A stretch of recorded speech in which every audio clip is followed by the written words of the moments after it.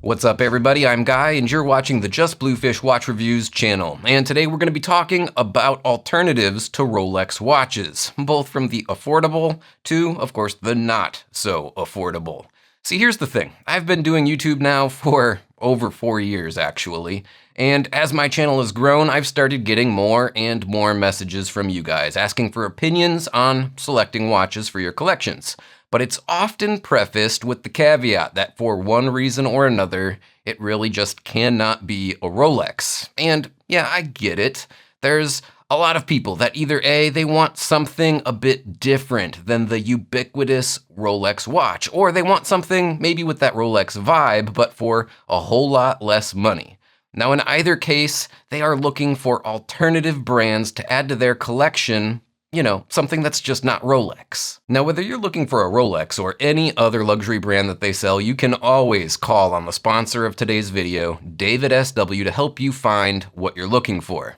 I have personally done business with DavidSW, and that's why I asked them to be a sponsor on my channel, because they are a reliable and a trusted dealer of Rolex, AP, Patek, and a number of other great luxury watch brands. So if you're looking for a new watch, check out their website, DavidSW.com, or of course give them a call and speak with one of their members of the team at the retail location in Orlando, Florida. I really cannot recommend them enough. So let's get started with some of the more affordable options, things that are priced below $1,000. And it goes without saying that entry-level Seiko is going to be at the very top of this list. As a matter of fact, I'm wearing the Seiko SARB 033 right now.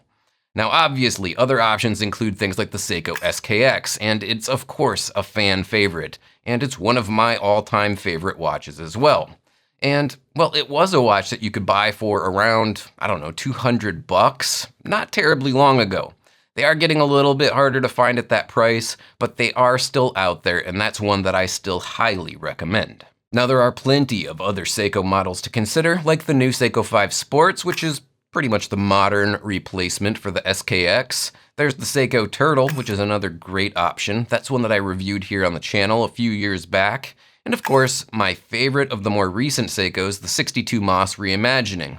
But that does start to get a bit more expensive, coming in at around $1,000, but I do think it's worth it. Another great affordable option if you're interested in a diver is of course the Orient Komatsu. That looks like a fantastic watch, or you could go with one of the older Orient Mako models. Another awesome and affordable diver, one that I've reviewed here on the channel in the past and one that I gave extremely high marks to. Now, if you're looking for something outside of the dive watch genre that's still well under $1,000, but has an everyday tool watch vibe similar to something like the Rolex Explorer, I always suggest looking at options from Hamilton, like this Hamilton Khaki Field. It's a watch that I personally own. I've talked about it here on the channel a ton. Absolutely love it.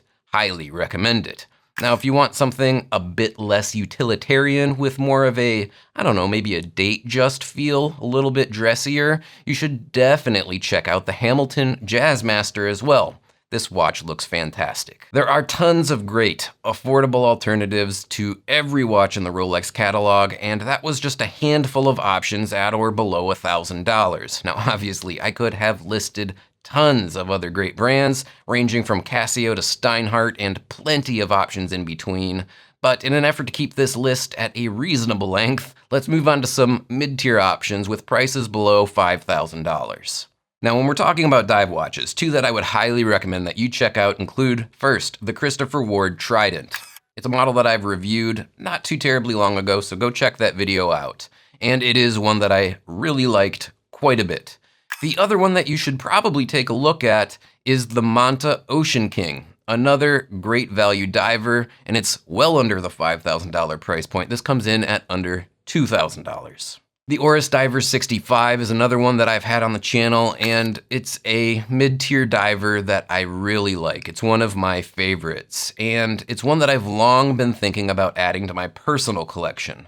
But if you don't like the vintage aesthetic of the 65 diver, you can always look into the Oris Aquis. The latest iterations have a 120-hour power reserve using the in-house 400 caliber movement. Now, of course, it goes without saying that if you want to get a Rolex alternative, you should probably consider the baby brother brand, Tudor. They are great quality and competitively priced, especially the Black Bay line of watches.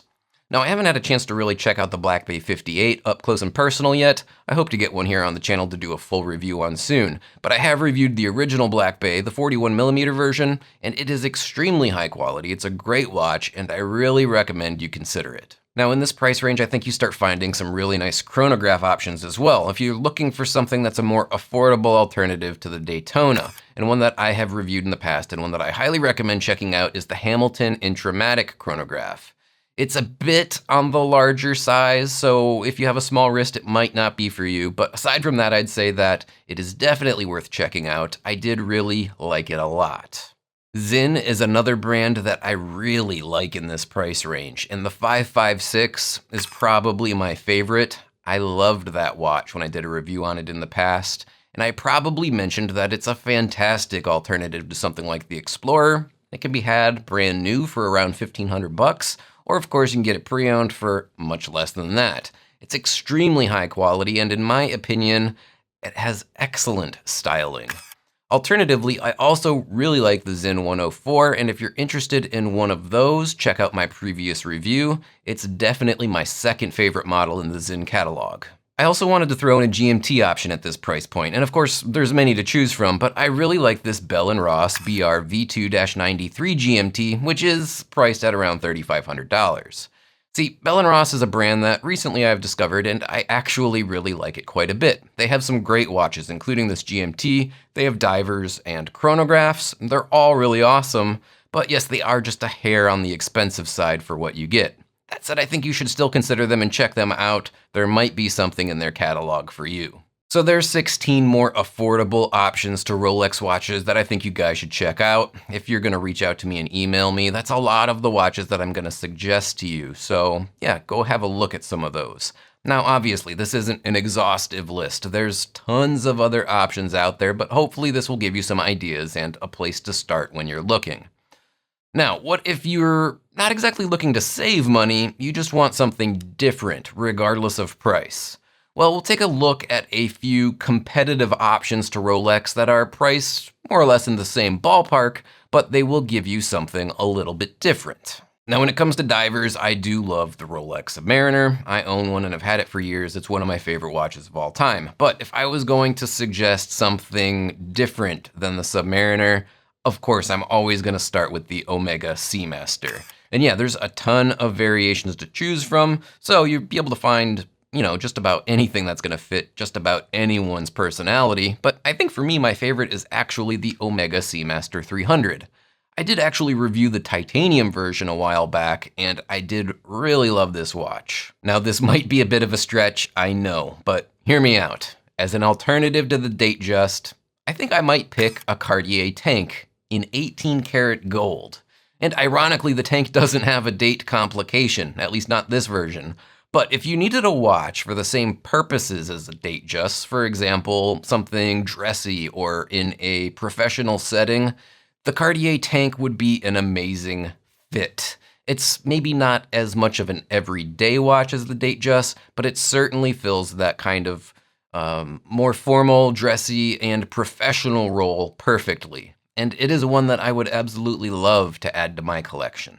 As far as Rolex Daytona chronograph alternatives go, the default answer is usually get an Omega Speedmaster. And yeah, that's a really good option. I would certainly recommend it if someone asked me if they should get one. But in an effort to be just a little bit different, I'm gonna suggest checking out the Zenith El Primero. Based on reputation alone, I've never personally had a Zenith. I've never checked one out in the metal, so I can't exactly comment on it from an informed position, but I can say that it does have a reputation that precedes it, and I'm personally looking for an opportunity to check one out, so I suggest you do as well.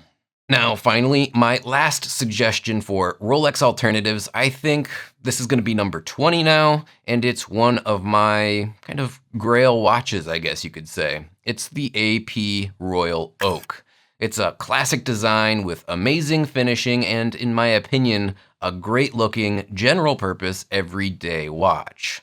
I was actually lucky enough, probably 3 years ago, to be loaned an AP Royal Oak from a friend. It was a really cool, complicated dual time model, and it was one of the nicest watches that I have ever had here on the channel. Sadly, that video really didn't get very many views, but it was an amazing watch, and I was blessed to have a chance to check it out for a couple of days. But nevertheless, if I had to pick just one watch to get, regardless if it could be a Rolex or not, the Royal Oak might be that one watch. All right, guys, that will wrap this one up for today. Thanks for tuning in as always, and for checking out the show. I greatly appreciate it. But do me a favor, leave a comment down below with your suggestions to Rolex alternatives, and include one affordable option, one kind of mid-tier option, and one option regardless of the price. What would you guys recommend? I'd like to hear your suggestions. Also, a big thanks to the sponsor of today's video, DavidSW. Don't forget to check out their website, DavidSW.com, for a catalog of outstanding luxury watches. And again, I highly recommend them. I trust them. I'm really happy to have them here on the channel as a sponsor.